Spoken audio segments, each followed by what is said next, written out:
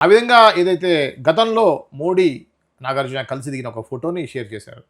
రకరకాల ఊహాగానాలు, వార్తలు అనేవి సోషల్ మీడియాలో చక్కర్లు కొడతా ఉన్నాయి. నాగార్జున మోడీ గురించి ఎందుకు అలా రాశారు అనే విషయం గురించి మాట్లాడడానికి మన స్టూడియోకి వచ్చారు దాసరి విజ్ఞాన్ గారు, సినీ అండ్ పొలిటికల్ క్రిటిక్. వారితో మాట్లాడి డీటెయిల్గా తెలుసుకునే ప్రయత్నం చేద్దాం. విజ్ఞాన్, ఏంటి నాగార్జున మోడీ గురించి అంటే ఈ సందర్భంగా పొగటం అనేది ఓన్లీ బర్త్‌డే సందర్భంగా పొగిడినట్టుగా తీసుకోవచ్చా? దానికి ఏమైనా రాజకీయమైనటువంటి ఏమైనా లింకులు సోషల్ మీడియాలో పెడుతున్నట్టుగా నిజంగా ఉన్నాయంటారా?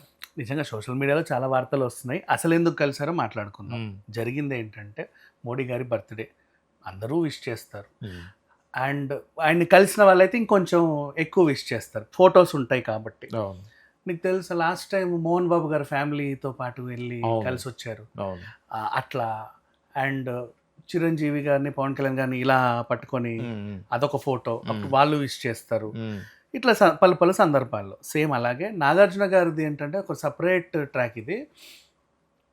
నాగార్జున గారికి సంబంధించిన చుట్టాలెవరో బంధువులు మోడీ గారిని కలవడానికి వచ్చి ఆ విషయం చెబితే, "అరెరే! అవును వాళ్ళ పలానోళ్ళ బంధువులు రండి మనం ఫోటో దిగుదామని" చెప్పారంట. హ్మ్. ఆ విషయాన్ని నేను గుర్తుపెట్టుకొని మళ్ళీ నాగార్జున గారు కలిసినప్పుడు, "అప్పటిలోపు మీ బంధువులెవరో వస్తే మీ పేరు చెప్తే నేను దగ్గరుండి ఫోటో ఇచ్చానండి. నాకింకా గుర్తుంది" అని చెప్పాడనమాట. ఓకే.